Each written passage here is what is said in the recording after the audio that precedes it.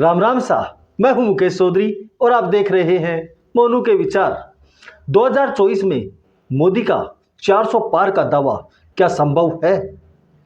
तो मैं कहूंगा, अगर मोदी है तो कुछ भी असंभव नहीं है।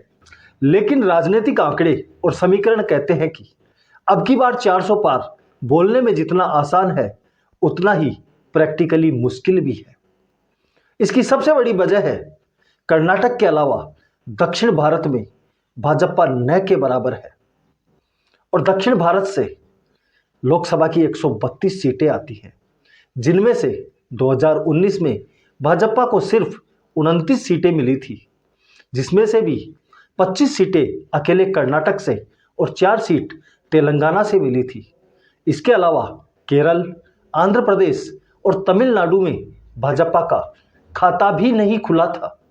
केरल और आंध्र प्रदेश में तो भाजपा का कोई विधायक भी नहीं है। हाल ही में हुए कर्नाटक विधानसभा चुनाव में जिस तरह से भाजपा ने अपनी सरकार गंवा दी, वहां पर कांग्रेस ने अच्छे मार्जिन के साथ जिस तरह से विधानसभा का चुनाव जीता है, उसके बाद कांग्रेस अति उत्साहित है। उसे लोकसभा चुनाव में और भी अच्छा करने की उम्मीद है।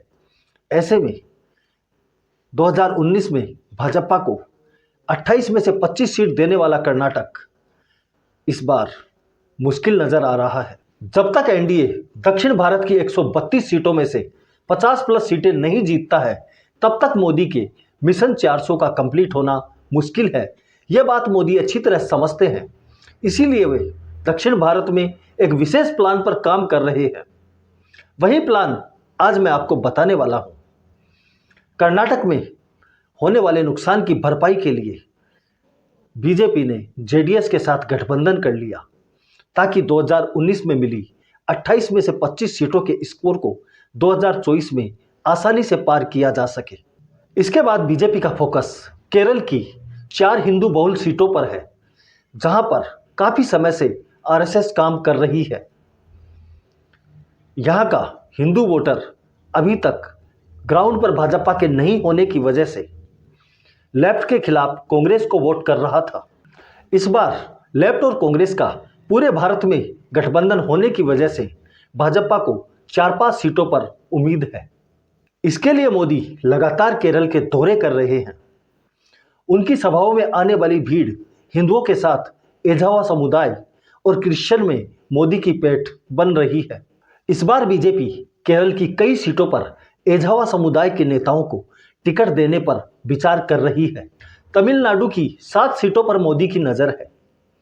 इसके लिए बीजेपी वहां पर पिछड़ा, ब्राह्मण और नाडार समुदाय के कॉम्बिनेशन पर काम कर रही है।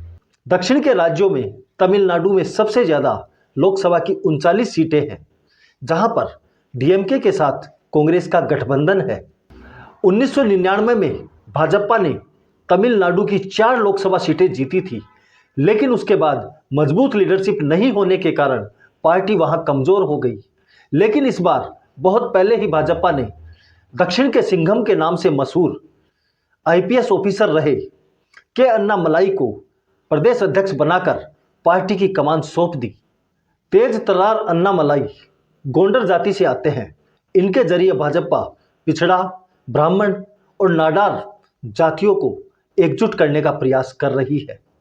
इसके अलावा मोदी ने वाराणसी में 2 बार तमिल संगमम कराकर वहां के युवाओं और महिलाओं को काफी प्रभावित किया है।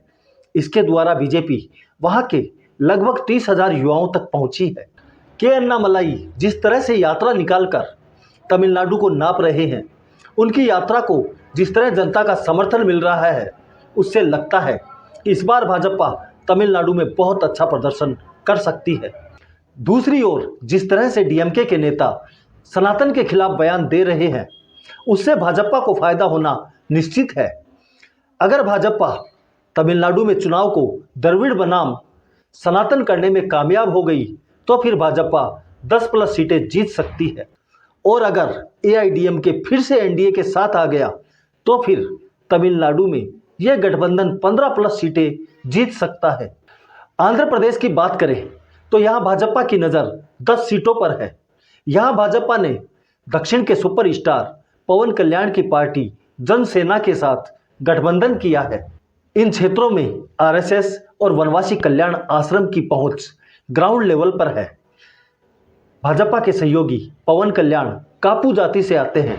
ऐसे में अगर चंद्रबाबू नायडू की टीडीपी भी अगर भाजपा के साथ आ जाती है तो ये गठबंधन आंध्र प्रदेश में एनडीए को बहुत अच्छी बढ़त दिला सकता है। तेलंगाना में भाजपा की नज़र 7-8 सीटों पर है।